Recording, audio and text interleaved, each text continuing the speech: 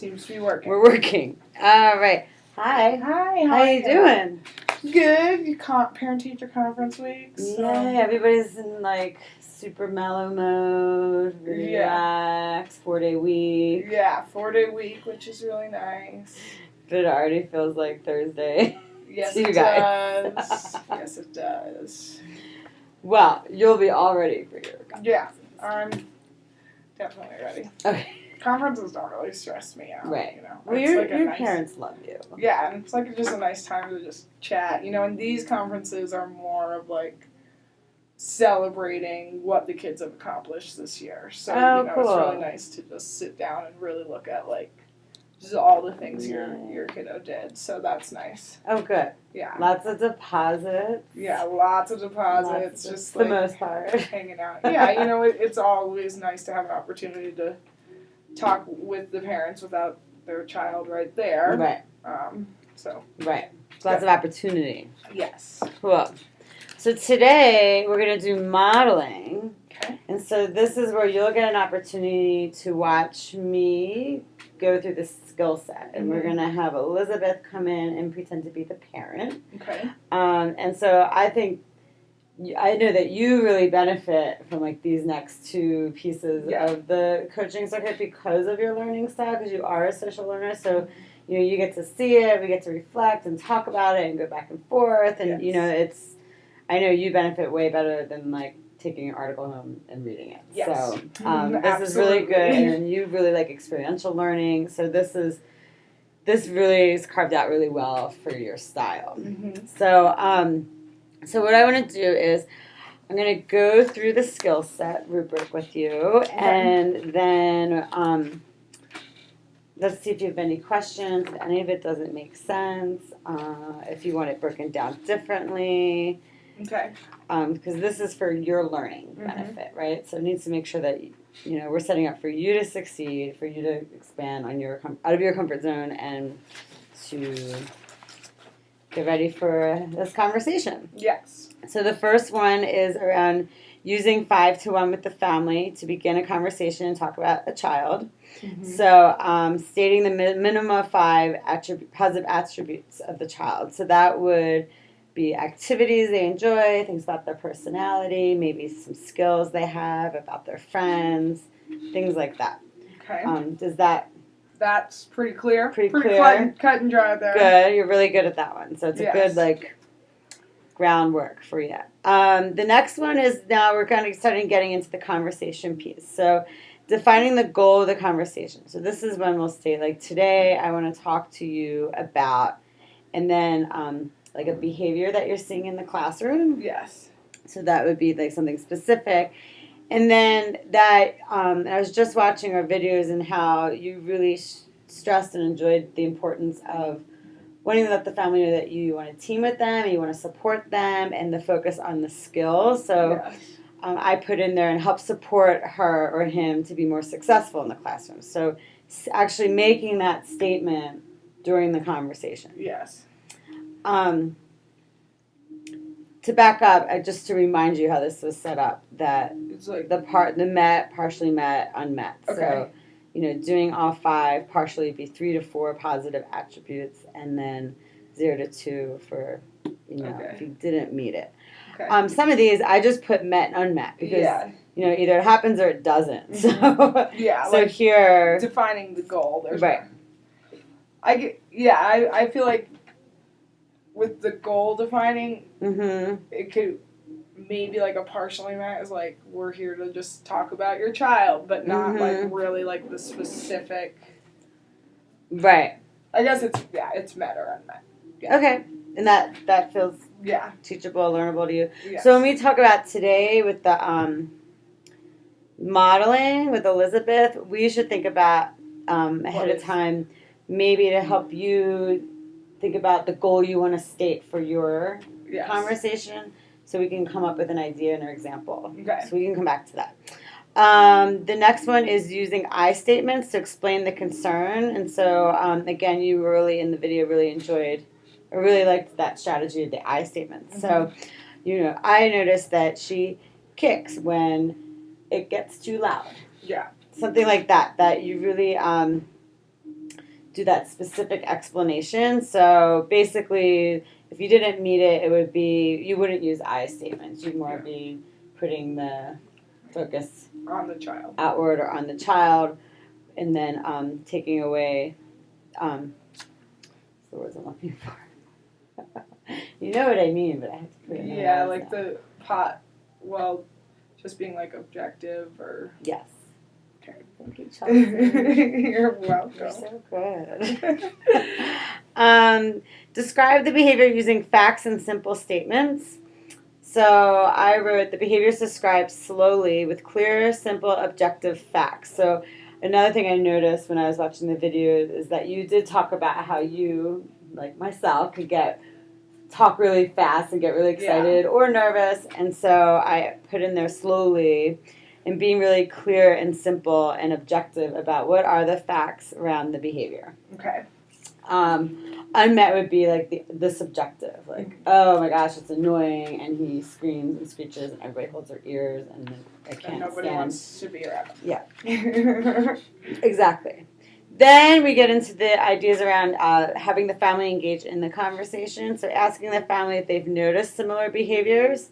So you're asking them to share their observations. So either, you would meet it by asking them about their observations. If you don't meet it, it's because you didn't ask them. Mm-hmm. So again, that next simple step. And then using the stop, observe, understand, and listen for when they're sharing information and, that awkward silence moment.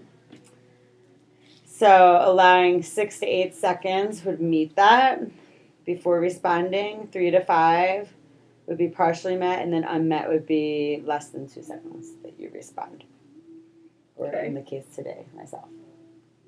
And then we did some conversation when we talked after coaching on topic, that I added in here around if the family disagrees in the conversation or if the conversation escalates. Like one thing you brought up was, if the family puts the blame back at you, or, they get really defensive, or they say, oh, well, I don't see this ever.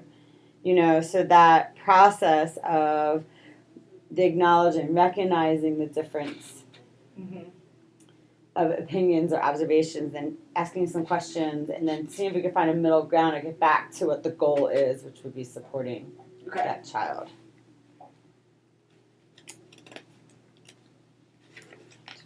How's that feel so far? So far, so good. Are you feeling like it's a lot?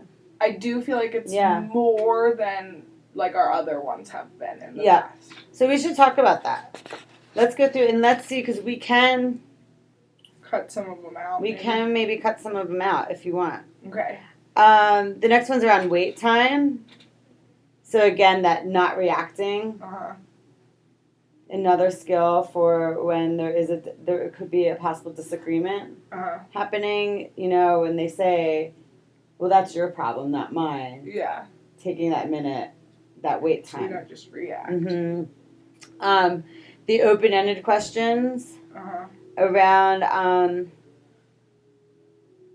To help engage the family. So the family, if they're already engaged in the conversation, this might not be needed. Yeah. But maybe to get more information out of them, what does it look like when he does it at home? Or when this happens, what do you do? Or how can I get you more ideas? Or help you support? So those open-ended questions.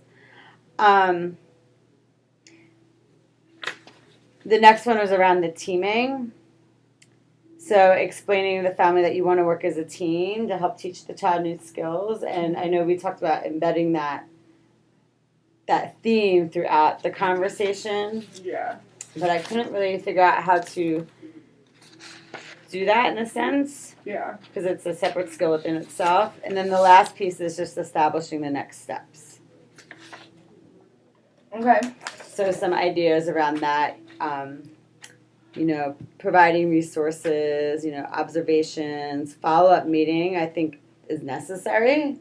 So I put that, you're not met if you didn't put that in. Okay.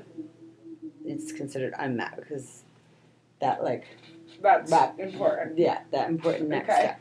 So, and I can tell by your reaction, and that it seems a lot. Yeah. And, that was Johanna's feedback too, that it seemed really full, and it was up Okay. to you, like, I have confidence in you, but I don't want to overwhelm you. Yeah. So we can go back and look at, what part, because we kind of go in 2 layers. We have the conversation going, Yeah.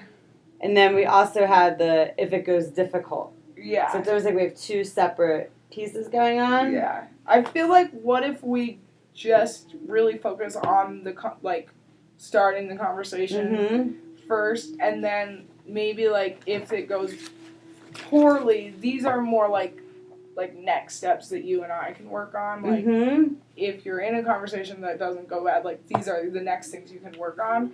But I just feel if we're thinking this is a lot to just be thinking about while you're having a conversation with a parent.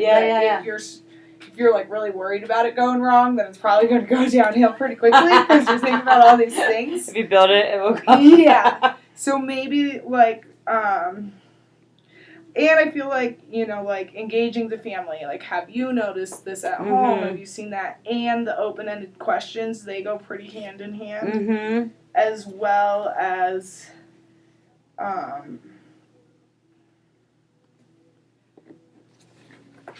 the wait time and giving that. I wonder if we can just combine the 2 wait time. Yeah. Giving me making sure I react, but also making sure I respond after. Yeah. Waiting, but also making sure that I give them that same time. I wonder if those could go. Yeah. So I think using stop, observe, understand, and listen, or I can change that wording to wait time if you're more familiar with that, or you want that. Well, they're just kind of the same thing. Totally. I feel like. No, you're right. You're totally right. So I can use that and take this one out. Okay. Using wait time instead of reaction when the conversation goes in unexpected direction. And then I think the ask, acknowledge, adapt, and the working, just is really creating this team sort of thing. They can kind of go hand in hand. Maybe, because I feel like if you're creating this team environment, this is going to come very naturally. So what if when you're defining the goal of the conversation, we can include in that around that you want to work as a team to help support the child. Help support the child with this challenge that we're having. Yes, I think that's great. And then and I feel like, so if you're thinking, you really elaborated really well or described it really well as far as if there's the foundational skills that you're working on, then that would be the next thing. Yeah. So the foundational skill that you are working on is that wait time with the family. Yeah. So that comes before you even go into the acknowledge, ask, adapt. So maybe we take that out. I think that's a good idea. Does that feel? Yeah, and now it feels very simple and not too many things going on. No, I love it. I love it. That's the whole process. Yeah. So I wanted to set this up so that you feel supported and successful, and that you have something that you can work on. Yeah. That it stretches you out of your comfort zone a little bit, and that you can benefit from it. So because this is for you. So thank you. What works for you, girl, works for me. Woo. Yeah? Yeah. Okay. So going back to look back through, so the 5 to 1. Yep. Defining the goal and including team in that. That today I want to talk to you about, Susie's hard time at NAP, and I thought maybe we could work together to come up with something to help her be more successful. Yes, perfect. And then the I statements, describing the behavior, asking the family if they've noticed similar behavior. So maybe, you were saying this too actually, maybe using open-ended questions. Yeah, as part of that, engaging the family. So using open-ended questions to engage the family in conversations and gather information. Yes, that sounds great.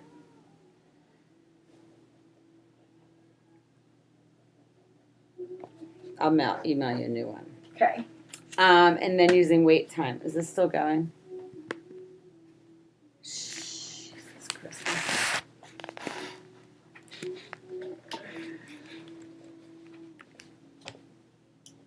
It is still going. So what happened? I don't know. It is. Oh yeah. So it saw me say my Christmas comment. It's still working. All right, we'll have to figure out how to take it off of sleep mode, maybe.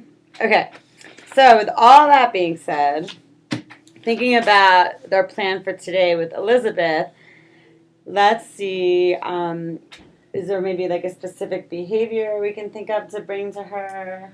I think like attention getting and you know, we had spoken about a lot of yelling and talking to a parent about, especially like getting attention from their peers. Yelling from their peers. So, And so when do you see that these kinds of things happen? we see them in transitions a lot, Mm-hmm. or when like the peer doesn't answer the first time. Mm-hmm.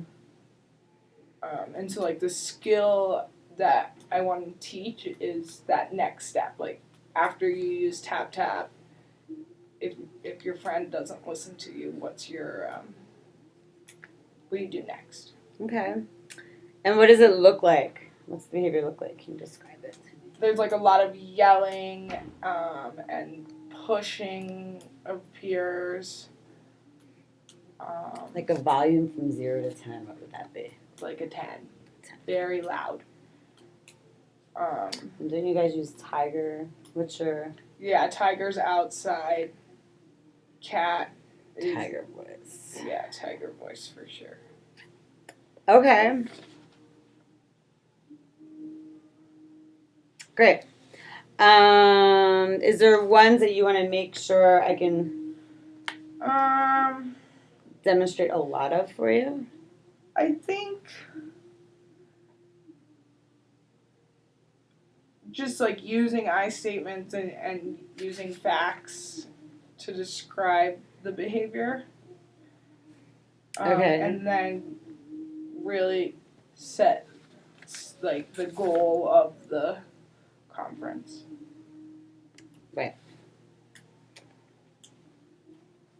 Great. And then, do you want to be in here while we video it, or do you want to be out? That doesn't matter. Well, What it's would up you to rather? you. Well, this is your learning process. I'll be in Okay. because then I can watch it twice. Okay. Is Great. that cool? Yeah. And then, thinking about how we're gonna score it. What do you want? How do you want to score it? We usually do really well. Yeah. Making little Do you want me to checklists. just mark down stuff as I see it? Yeah, I think that usually works for us. That Perfect. seems to be our style. Make some notes. And then just to note that we're going to do the modeling activity with just Elizabeth, one of the program directors, and myself, that there aren't going to be any kids present or family present because we're helping you for this skill to prepare for a conversation you're going to have during a conference, which is actually going to be off camera, not on camera. Yes. So we're going to do that. That's why it's setting up this way. Because this will be the natural setting, actually. Yeah. It'll probably be in All this right. room. Perfect. Okay, thanks. Thank you.